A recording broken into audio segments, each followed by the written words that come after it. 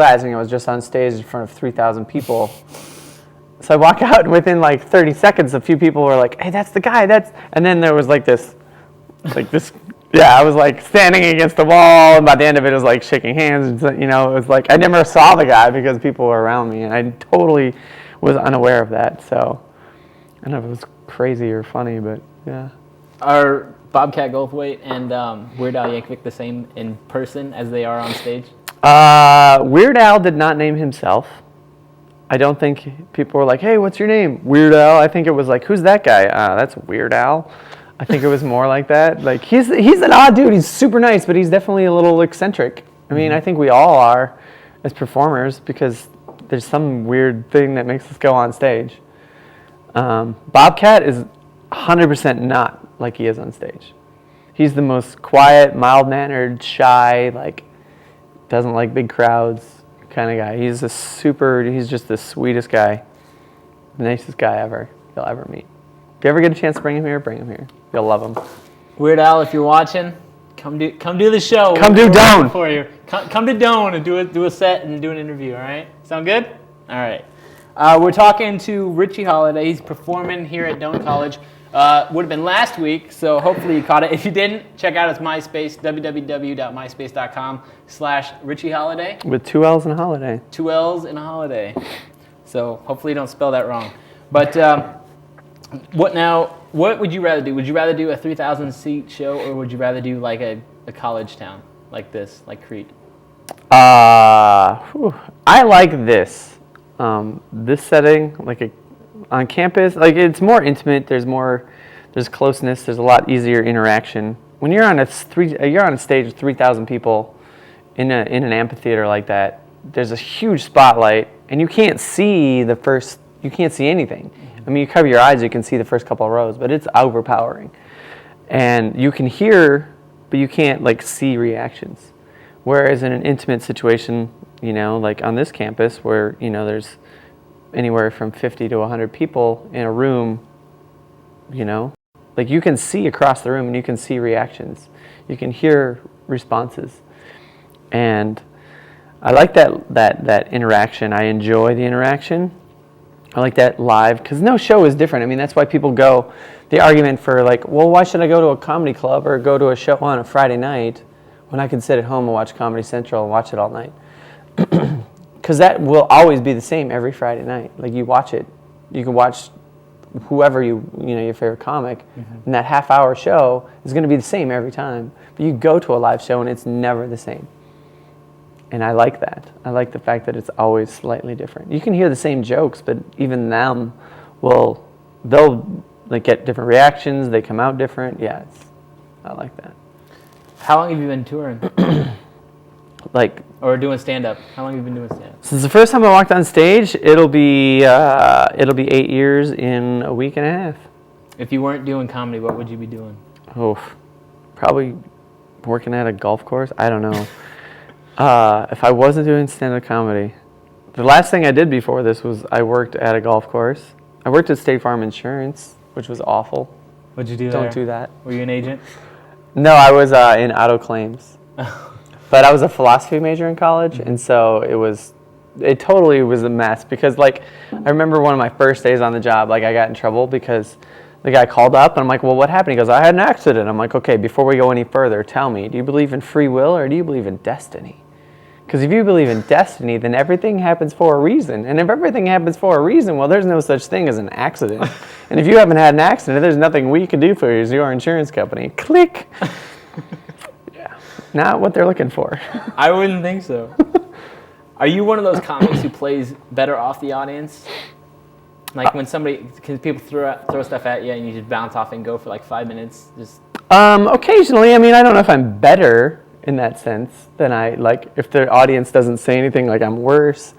I'm definitely more accepting and more I'm really laid back when I'm on stage. I have a general idea of where stuff's going to go and how it's going to come out.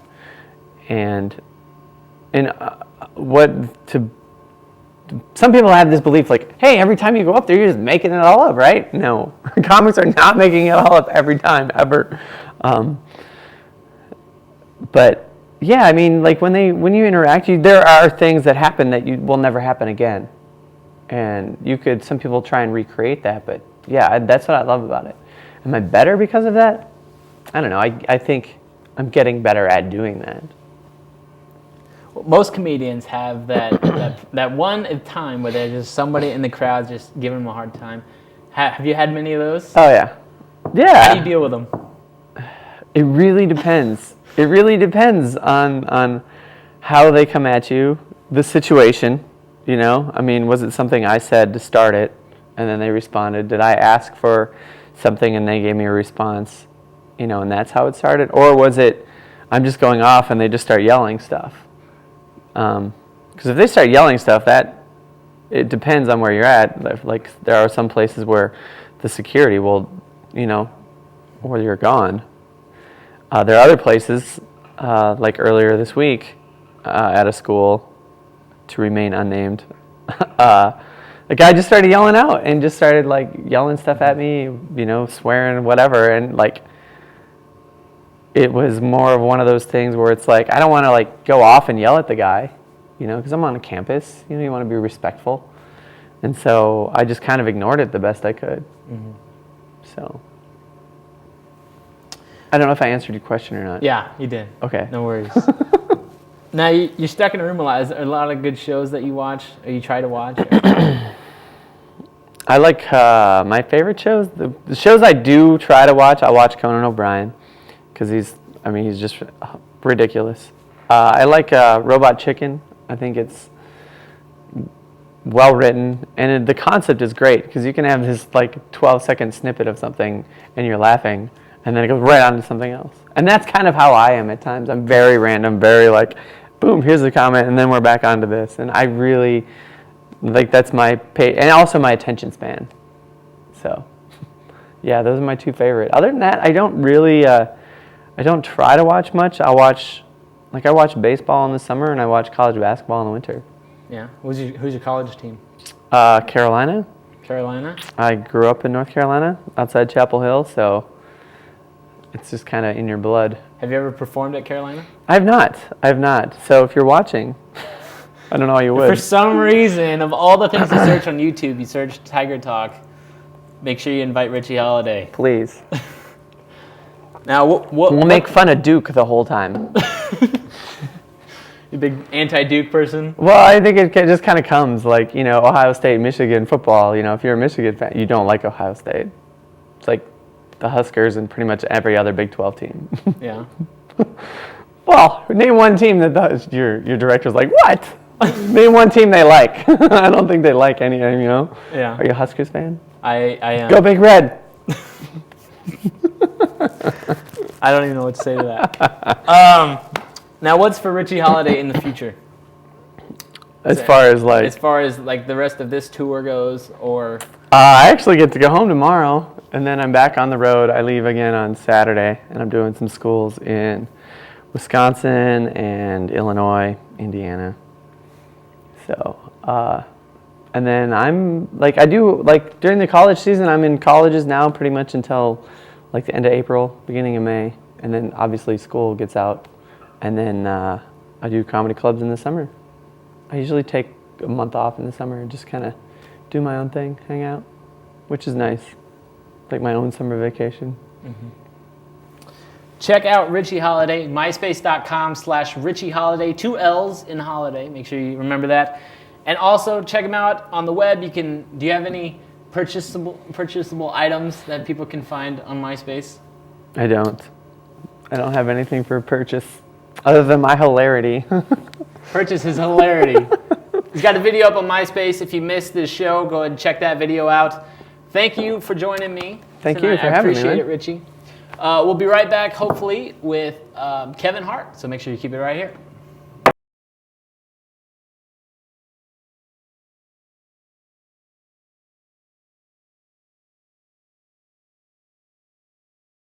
Welcome back to Tiger Talk. Very excited. I can't even believe he accepted to come. But ladies and gentlemen, in the studio, I have an interview with Kevin Hart. Ladies and gentlemen, Kevin Hart. Oh, yay. Pump it, push it up. right? I don't know what's cool to say. First of all, thank you so much for taking time out. No problem, man. Small time college with a little TV show. I thank you so much.